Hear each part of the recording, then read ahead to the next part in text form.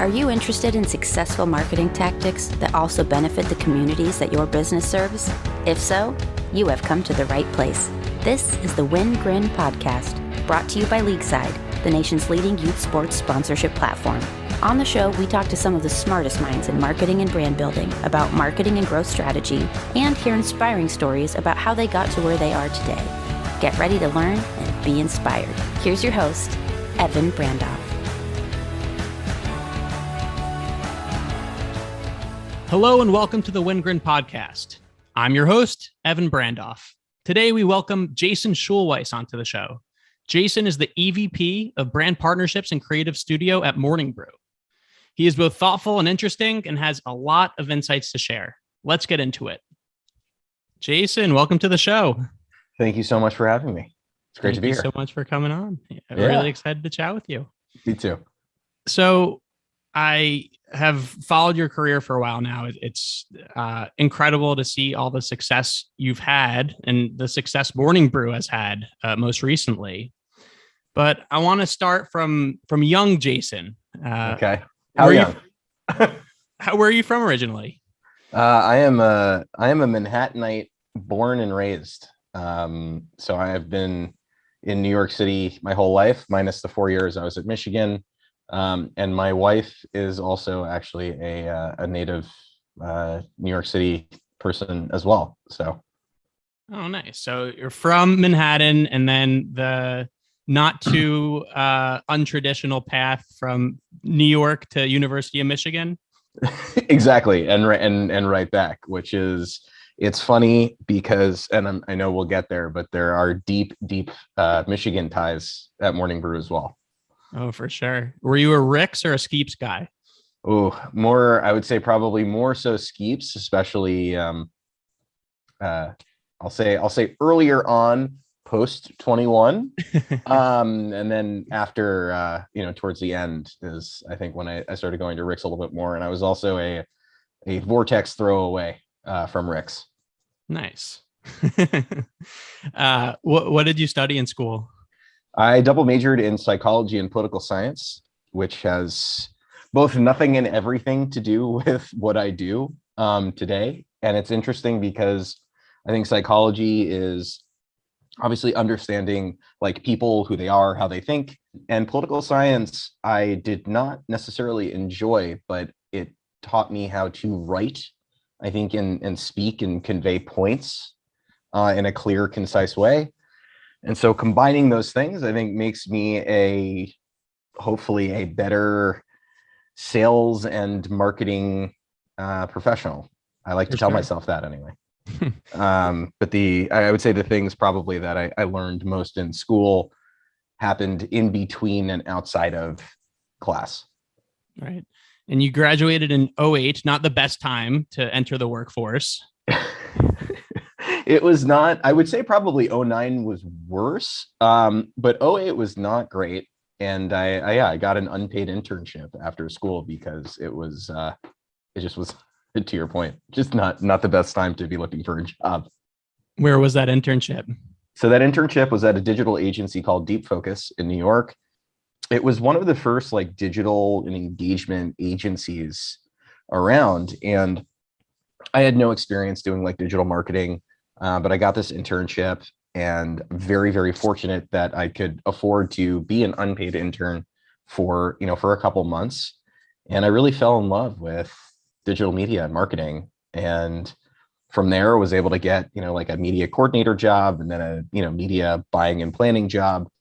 And then, from there there is kind of like the rest is history, but very lucky that, I kind of fell into that. For sure. And when you were in school, did you want to go that route, or did the market kind of dictate where you were able to work after school? I think the market kind of dictated that. And I'll say that maybe there was some universal juju happening behind the scenes, because one of the things that I really started to do in school outside of class that I was talking about before is there is I don't know if it still exists, but there was a party at University of Michigan called Splash Bash. Okay. And when I was a freshman, we had gone up to, and I was in API, the fraternity, and we went up to Western Ontario to go to this same party by the same name that they threw there. And I was looking at it and I was like, you know what? I think I could do that here. I think I could do that in Ann Arbor. And so we brought the concept to Ann Arbor, and that was actually my first experience in like securing a venue, selling tickets, selling sponsorships, like doing all those kinds of things. And that is actually more directly what I ended up doing like at different stops in my career. Like at Thrillist, that was like a big thing of what we did, was like events and marketing and sponsored events. And then I was at Live Nation, and that's Live Nation's business. Right. So it was very fortuitous that Deep Focus ended up being kind of like the professional stepping stone to those things. So you were the guy behind the scenes that enabled everyone else to party and have a good time in school. Correct. I had my fun, but I think I was always on the, I have a responsibility gene in my DNA somewhere. And so I was making sure that everyone had a safe and good time. Me too. I could relate to that. Serves us well as fathers. Yes, exactly. And we were just talking about how we both have kids under the age of 1. So, and we're wearing matching t-shirts. Look at us. Hey. So were you immediately working in sales and brand partnerships? No, on the agency side of things, I was doing media planning and buying. And so I was working with HBO and AMC, Estee Lauder were a few of our clients. And so, we would get briefs from them, and we would RFP different media publishers and see, how to make a plan that fit the HBO show or AMC launch that, ended up happening. So I got to work on really cool things like AMC Mad Men Yourself was a campaign that we did that won a few awards back in the day. I also got to work on Microsoft Bing. We were their social agency of record also back in the day. And I worked on the campaign that was the first ever brand integration into Farmville in Facebook, where if you liked the Microsoft Bing page, you got Farm Cash. And that was both very successful, but also showed that likes as a form of like a KPI of success was not really the way to go, because we were able to get the brand like a ton of these likes, but there was no strategy as to like how to keep people engaged. And so that was kind of like the turning point, I think, of social advertising 1.0, which was super interesting. And that job exposed me to what the publisher side could be, because we worked very closely. And two of the publishers that I ended up working very closely with were Thrillist and Yahoo, which is where I went after Deep Focus. I went to Yahoo for 3.5 years, and then I was at Thrillist for a little over a year and a half after that. So that's so interesting, that the Farm Cash initiative that you worked on. I think so many people wonder, how do ideas like that come to life? Is it an idea from the client, the agency? What goes into to bring something like that to the market? I think inspiration can come from anywhere. I am a big believer in what I call collecting dots, just like, experiencing things, talking to new people, like collecting people and experiences. And so some of that came from participating in social. And at the time, like, you couldn't really be pitching ideas unless you were an active Facebook user, an active games player on Facebook. And you combine that with what, gamification type strategies and tactics may exist elsewhere, and you've got a bunch of really smart people in a room. I don't remember exactly how it came to be, but Deep Focus was a small integrated agency at the time, which is very different than a lot of agencies that exist now. Like, we had media people and creative people and account people all like next to each other, mashing ideas and perspectives together, and we ultimately came out with some really amazing ideas. And so I like to think that was like the special sauce as to how that particular idea was made. Right. And when sitting in a role, at an agency, you're often being sold to, and it's so hard to go from that role to the other side where you're the one selling. How did that transition happen? It happened gradually. So, when I was on one side of the house, being pitched to, And then I went over to Yahoo. I didn't go immediately into a sales role. I went into an account management role, which is still under revenue, working very closely with sales, but, doing a lot of media planning, not, necessarily buying, but planning. And so it was very similar, and it was a easier transition into what I like to call, the dark side, which is, being in sales and the publisher side.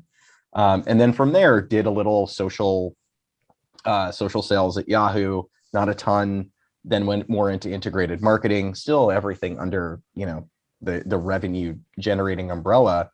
But before I really went into the role that I'm in now, I never really was like a field seller. I had done all of these other things underneath the revenue umbrella, but, I think being able to do all of those things has allowed me now to, manage a very large group that has sellers and integrated marketers, and account managers and all of these different groups, and being able to speak all of those different languages and bridge them together. Right. And having purview into all different parts of it, I'm sure has been a huge factor in the success that you've had.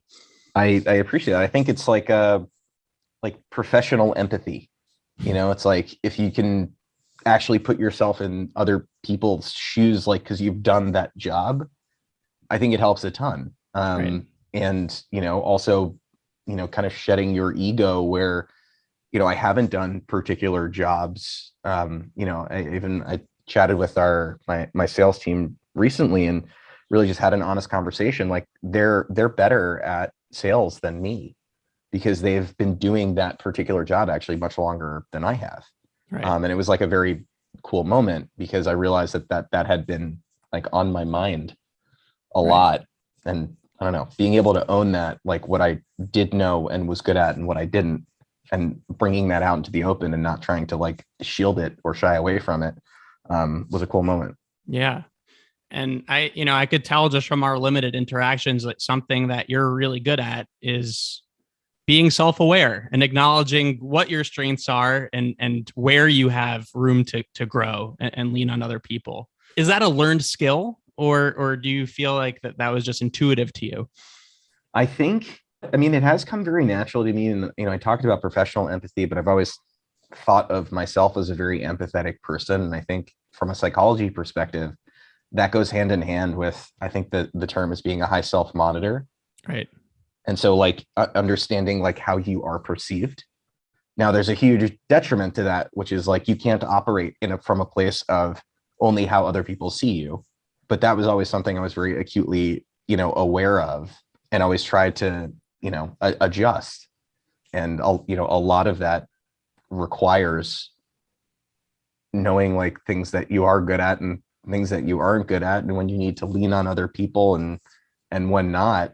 But I would say the refinement of that has taken a lot of time and did not come naturally, because like there's like a degree of needing to be okay with not knowing things and saying I don't know. And it's that part is tough.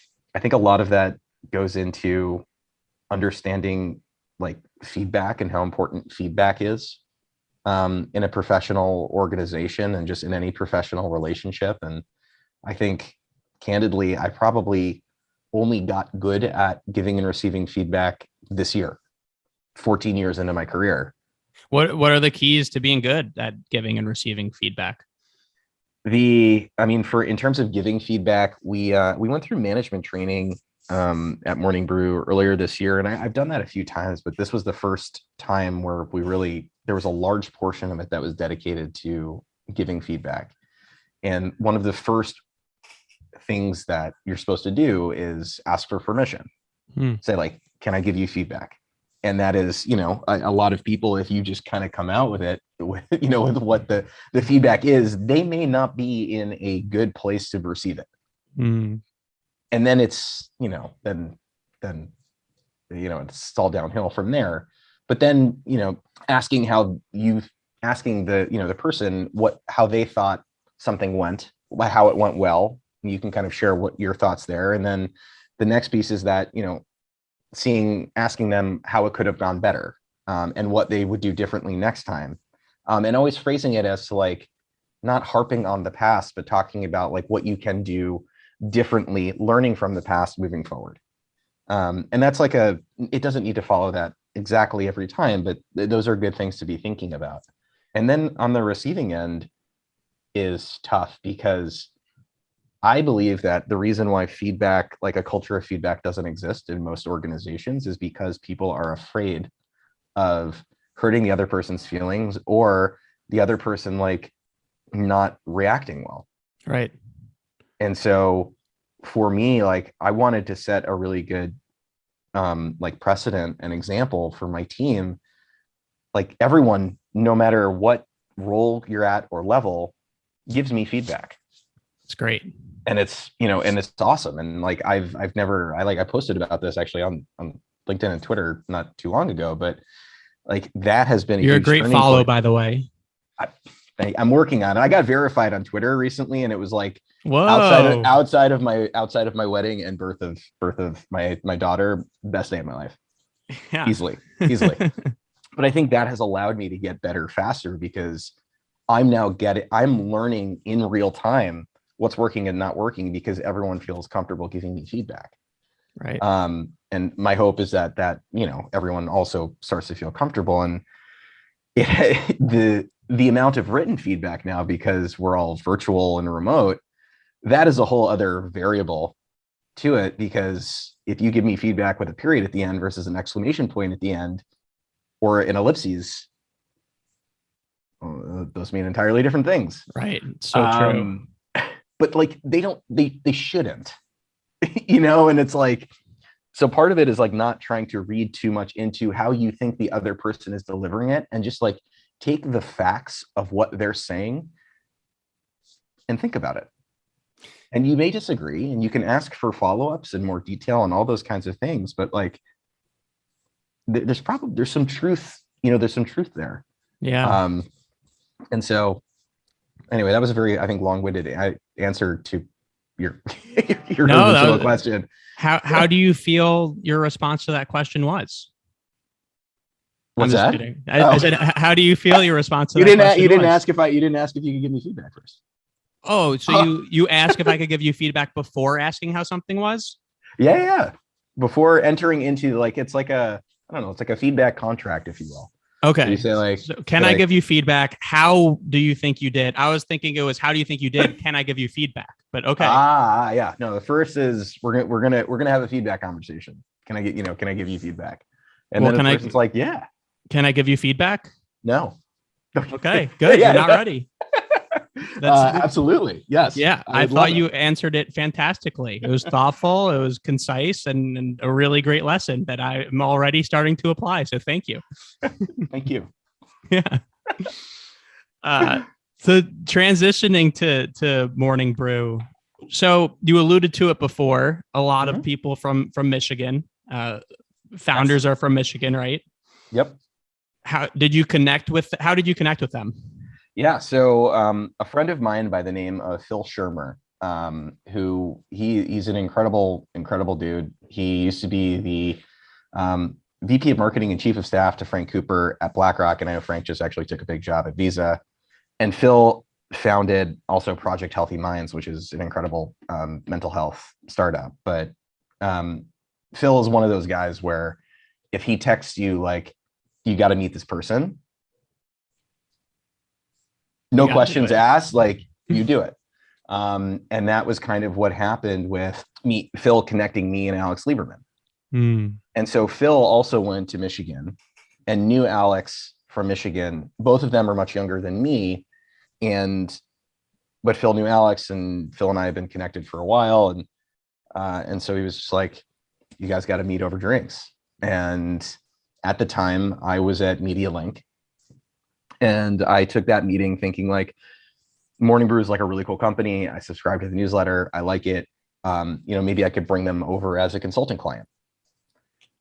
But then, I met Alex, and it's so impressive. He was smart, the vision, the poise, like what he and Austin had already built at that time. And they were hiring for head of brand partnerships. And that was not my intent going into, that meeting to talk about that role. But as we got to know each other and I was sharing my story and, my career and my experience, because that's like part of the pitch when you're a consultant, is like pitching your experience. Right. And it kind of came together very naturally, where I had this, breadth of experience inside of a revenue organization at a lot of different media companies. And they had aspirations to ultimately be a very big media company. And so whereas most people who are eligible or look at head of brand partnerships roles come up, I think specifically through the sales organization, like as a seller, I had this, kind of like different experience. And I shared like how helpful I think it would be to have, someone who can speak all of those different languages underneath a revenue org and umbrella. He agreed. We got along really well. That led to more conversations, meeting Austin, and Austin is also so impressive and smart and like strategic, where Alex was like, had like the vision. And from like a founder duo, I was like, oh my God, this is incredible. And they went to Michigan. So like, that was cool. And then I met the rest of the team. And when you have a startup that has amazing founders, like truly generational talent founders, a incredible product, like a differentiated product, and a team full of people who are smart, kind, and passionate, then it became it wasn't that much of a risk, to go to a startup and help build the thing. Yeah. How big was the team when you joined? I don't remember exactly what number employee I was, but it's within 1 to 20. Right. Yeah. Something in there. I think we're now over 230. Wow. The revenue, the sales team that I inherited was 3 people. The equivalent of that team now is about 60. Oh, wow. And what time horizon was that growth? Yeah. So I joined in July of 2019. Okay. Wow. So a little over 2.5 years. 2.5 years. That's incredible. It's been a lot. And a lot of that has been remote. And, we've been able to retain a lot of talent and keep the culture. So I'm excited. We have an office opening up in a couple of months. We have been without an office for the last 2 years. So I'm excited to get back into it with everyone. We remain remote empathetic, which means that people can remain remote, go in 2 days a week, 4 days a week, whatever works. But I am excited to see people. I've started to do that again, both with the team and with clients. I am extroverted to, the whatever degree. And so getting to see people again gives me energy. Oh, for sure. So there was big news last year. Insider acquired. Was it last year? Yes. It was October of 2020. Almost a year and a half ago now. Yeah. So it was almost a year and a half ago. Yeah. It was Q4 of 2020. And it was via, Axel Springer out of Germany, but they've got a huge portfolio now in the US with us, Insider, and most recently Politico. So right. The question I was asked by like 5 to 7 people when the acquisition happened. Yes. And I know that Morning Brew is so much more than a newsletter. But the question was, how does a newsletter company get acquired for almost $100 million? It's a good question. I will try to answer this one succinctly, because I feel like I can talk about this for a long time. At that time, we were more than a newsletter. Mm-hmm. We had a podcast. We also had, both kind of B2C franchises and B2B franchises. Mm-hmm. Now, those I think would affect evaluation differently, but within both, the newsletter audience, and especially one at our size, with our open rates, that is a differentiating factor. Mm-hmm. Because what you have at that point is like a degree of trust and a degree of relationship with an audience that is more than an audience. Like, that is a community where they're fans of Morning Brew. Like, we had this like one slide in a deck where it's someone got a tattoo, a Morning Brew tattoo on their leg. Like our referral program accounts for like 50% of the people. So it's like people are sharing Morning Brew, they're wearing Morning Brew, like they are a part of Morning Brew. There aren't a lot of media companies that have that type of relationship with, with their subscribers or readers or listeners or, whatever it is. And so that value, there's a lot of value there. For sure. Having that quantity of quality is rare. A lot of media companies try to like back into, like a lot of them have all started newsletters recently. Mm-hmm. They've tried to develop then that one-to-one relationship, whereas they had like kind of like a, one too many before. Now for us to go from having that size of one-to-one relationship, that gives us kind of a better license, I think, to expand out from there, because we already have the hardest thing to get. Right. Like that relationship and trust. So, I think Axel saw that and went for it. And I'm sure they're happy with their investment. I believe so. Yeah. Speaking to that one-to-one connection, the newsletter specifically, can you share any stats about how big the audience is, or what are those success metrics and how they compare to industry standards? Sure. So I can share, there are just about 4 million people that subscribe to the Morning Brew daily newsletter now. Wow. But across all of our across all of our newsletters, it's about, like 5.5 or so million at this point. When you account for all of our, videos and podcasts that we do now and events and our social reach, like we're talking about a universe now of over 10 million, which is super compelling. Now, open rate was always the thing. That was like the super sexy metric. And late last year, Apple released iOS 15, which because of privacy standards and things like that, if you were on iOS 15, on any device, Apple would like open the email effectively outside of your phone and then deliver it to you, kind of like inflating open rate numbers. And so we still keep track of that because there are corollaries that we can look at, like non-iOS opens, like engagement rates, where we see like total number of clicks on things in a newsletter and see how that's changed over time. But we have to rely on that a little bit less now. But we've seen, like ad performance maintain, we've seen readership maintain and continue to grow. And we're very aggressive when it comes to churning, churning people who don't engage and who don't open. So all of those things still moving in the right direction lets us know that, what was once upon a time on the daily a 40+% open rate, which was incredible, insane. Yeah. We know that a lot of those metrics across all of our newsletters has maintained, which is great. So when someone is looking to sponsor a newsletter, mm-hmm. what metrics are most important to look at when choosing the right newsletter for you? Yeah. Well, first we will try to talk to them about perhaps a broader, content idea that can come to life in the newsletter, on our O&O, through branded content, a lot of those kinds of things. Now, yes, if they say, no, we just want newsletter, fair enough.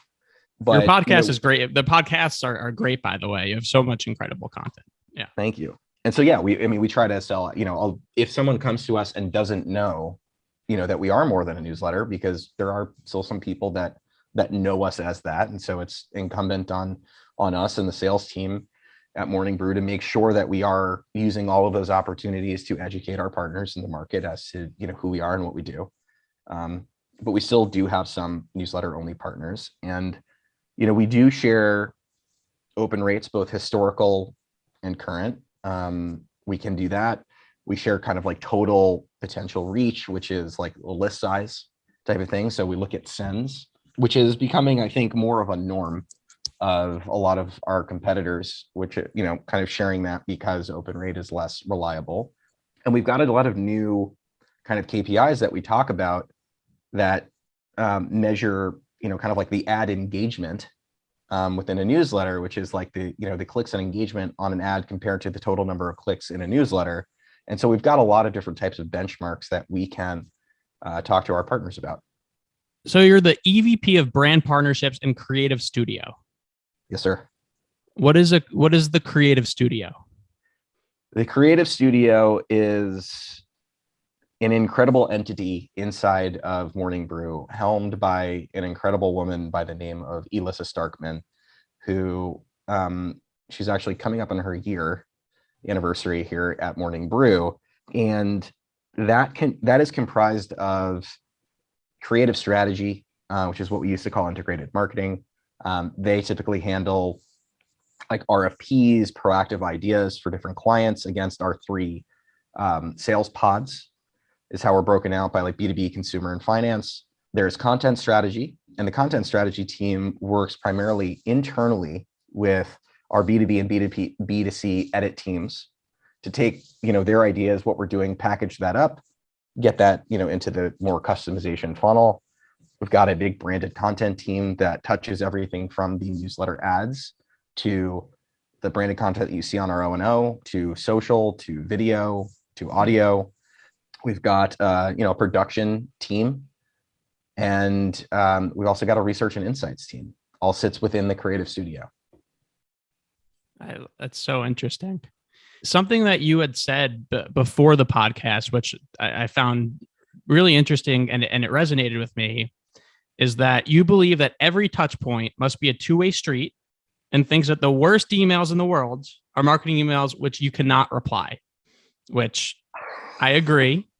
So how does Morning Brew do that? How, like, in a one-to-many, I guess you said it was one-to-one, but it is in a sense one from Morning Brew to a lot of people. How do you engage and enable people to re-engage and respond?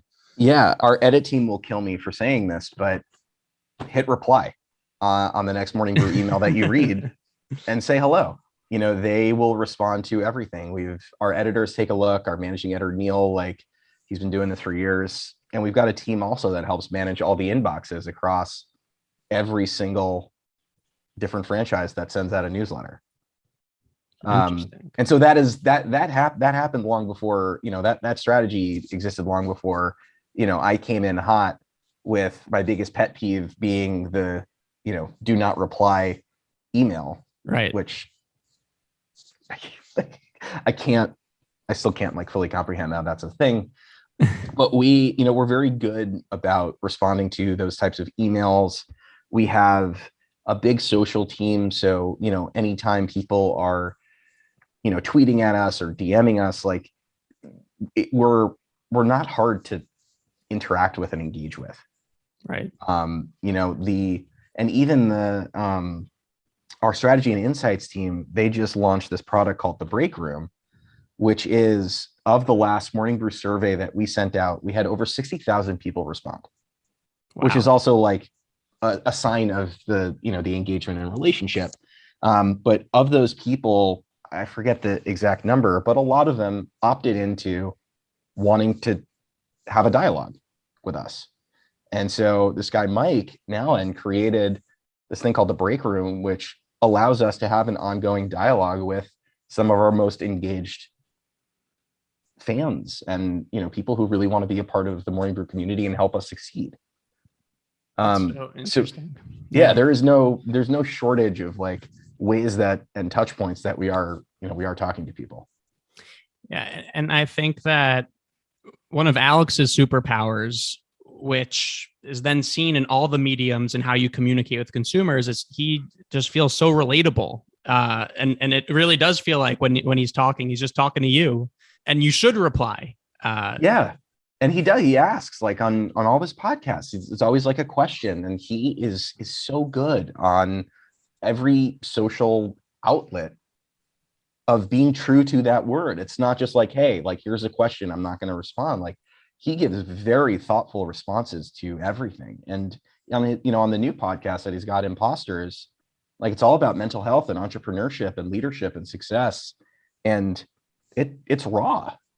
It's like, it's very real, and it's a type of, not a type of medium, obviously, because we're doing podcasts, now, but it's like, I think the way in which people are starting to talk about personal things and, even topics that were once upon a time, off limits, Right. We're trying to break into. And I think Alex has done such an amazing job at that. And I agree. the way that he does it just comes off so authentic, because it's honestly, it's 100% of like who he is. It's incredible. Yeah. So I've been a happy subscriber to the Marketing Brew newsletter. Love Marketing Brew. How do you determine new newsletters or content to start producing? Yeah. So it's a little bit different on the B2B and B2C side. There is always a reason, though, for what we do. When it came to launching Marketing Brew and even things after that, our GM of B2B, Jacob Donnelly, has this framework where anything that he's launching, like, it has to go through a few levels. Like, is this topic interesting? Like, is there enough to talk about? Is there room for us to be able to talk about it, like, in the Morning Brew way? Or is it like completely flooded? Like, will we not be adding anything to the conversation? And another evaluation point is like, is there revenue opportunity? Right. And so, there's nothing that the edit side of the house does that is influenced by me or anything like that. But, as part of an evaluation process, it's important to know that is something that can ultimately like help make the company money. That's not going to necessarily sway things one way or the other. But it's an important part of thinking through launching a new product. Because every product, every business unit, serves a purpose. And, because our content is free, it needs to be ad supported. Yeah. And to that point, what is the main lead indicator of whether it will be a good revenue opportunity? Is it brand driven, asking brands what they would want to sponsor, advertise in, or is it consumer driven? How are you going to build the biggest audience? And it's because the reason why that part is last on the evaluation framework is because I'm a big believer, like, if there is a POV, it's an interesting topic, and there's an industry out there, there will be advertising and brands who care about that. Right. Like, I think if we did it the other way around, I think that would blur the sales edit lines, and we're not necessarily, we're not launching edit things for the sole reason that brands want it. It is like consumer based. We know that people are interested in these types of things, that it is an interesting industry. There is a story to tell, and the revenue will come. Yeah. And if it doesn't, then our next conversation will be very different. Fair enough. What's coming up next for Morning Brew? Yeah, we've got more B2B launches coming up, which is exciting. Niche media is awesome. We've got IT Brew is the next one that launches. After that is going to be CFO Brew, which is super cool. On the B2C side of the house, we are talking to a lot of amazing creators and talent who have a community and voice. We just brought on very recently Katie Gaddy, who runs Money with Katie, and we brought her into the fold, and we're helping her grow her personal finance brand and franchise. And so we're trying to do that now across the board with a lot of people who are talent and who can create and who have a POV, and so I think those two things. And then the last point is starting to do events. We've been staffing up an events team even during the pandemic, with the expectation and the hope and anticipation that one day we would get to do stuff again. And I'm going to South by actually in a couple of days, so I'm very excited about that. Industry events are back, and so we think that is a really ripe, big opportunity for us to do things a little bit differently, and we're excited about it. Will there be a Morning Brew event at South by? No, there will be a Jason running around and trying to hold court, potentially at different coffee shops and bars. And so the degree that we can call that a morning brew event, there will be a morning brew, many micro morning brew events. Right. When you say B2B segments, is Marketing Brew considered B2B? Yes. So anything B2B is going to be like industry focused, where you can get better at your job or your role. Okay. So it's not catering to a business, but it's catering to people in business. Is that right? Yeah. Or a specific industry. So marketing is an interesting one because there are marketers in every industry and there is a marketing industry. Right. So as far as B2B goes, that's like a vertical and a horizontal. Now, when you think about like retail brew, that is like hardcore people who work in retail. Got it. And so if you work in retail, that is a must read. That's kind of like the core to the DNA of what we mean by B2B at Morning Brew. Got it. I love it. I need to check out all of the different newsletters, podcasts, videos. It's been so much fun watching y'all grow and consistently produce incredible, fun, interesting content as you go about it. Well, it's been a lot of fun to be here for the last. I mean, I'm looking at 3 years coming up in July. So, wow. So the last part of the show, Jason. Yes. Is the lightning round. Uh-oh. Got 4 questions for you and 2 minutes to answer. So just first thing that comes to mind. Okay. Is the first question, why is tonight different than all other nights? Is it Passover already? Sorry, niche 4-question joke. Sorry, continue. That was great. First question: what is your favorite youth sports memory? Favorite youth sports memory. I played hockey growing up, and we had like the ultimate underdog story at this one point. I played for the New York City Cyclones, and we played the Brewster Bulldogs, maybe, and to get into like the state championships, we had to beat this team that was like bigger than us, better than us. I mean, they beat us like bad every time.